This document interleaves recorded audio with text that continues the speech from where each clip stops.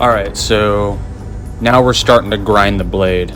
Before I do anything with the bevels, I want to ensure that I have a flat surface, or just making sure that the everything about the knife is straight and flat. So I'm going to grind the flats first. I'm using a worn out 36 grit belt from Red Label Abrasives. I use a worn belt first because the scale really eats at your belts. So it's good to get most of the scale off with a worn belt prior to going to a newer belt. Alright, so here I'm throwing on a file guide. It has carbide surfaces so that you can, use your abrasive belts and it won't grind away, the carbide surfaces. Obviously, it's way harder than your grinding belts.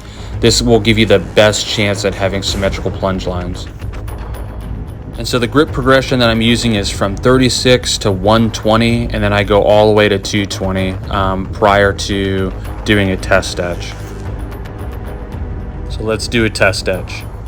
Oh man, this is gonna look so nice when this is done. Now off to hand sanding. I actually almost forgot to film this part. I just kind of started working and wasn't even thinking about filming this, but really, to be honest, you probably aren't going to be too interested in watching me just hand sand. There's plenty of footage of me hand sanding just at 1500 grit, so you're welcome.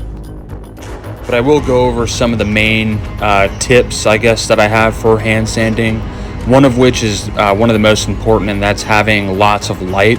This is going to allow you to see the scratches from the grit progression before. And with that, whatever grit progression you're on, or whatever grit you're on, you want to use a singular direction.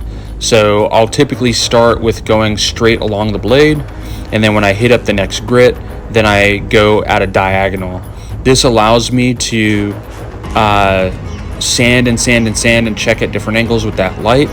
And I keep sanding until all of those straight along the blade scratches are gone completely. This is one of those things that really separates makers, is the finish work.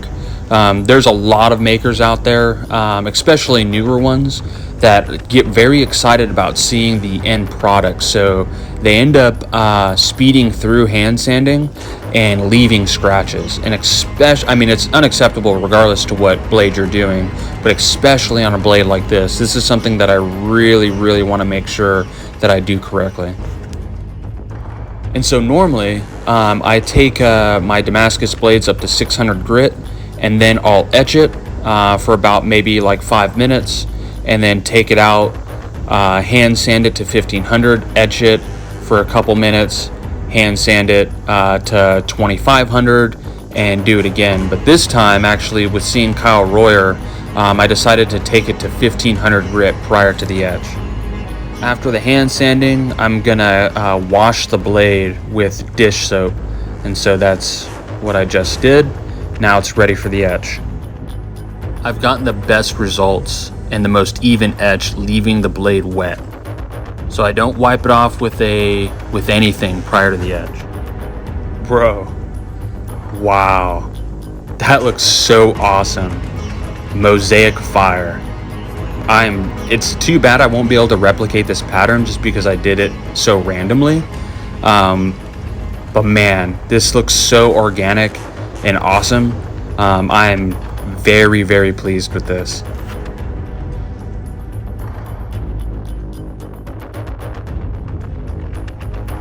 But we're not done. We still have more hand sanding to do, so let's get to that.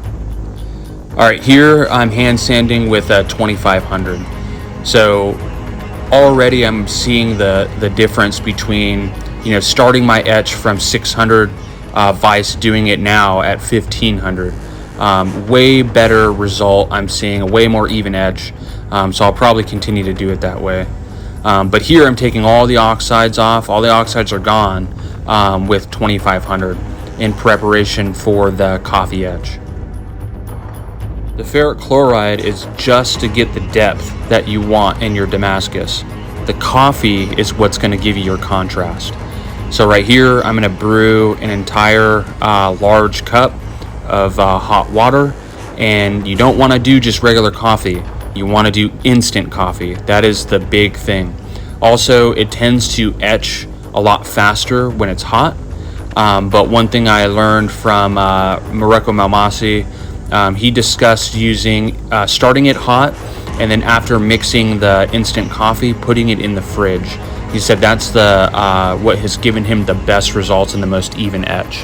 I've experienced this, and I would definitely recommend doing it that way. So start off with the instant coffee being extremely hot, stick it into the fridge, and then leave it in there for 24 hours.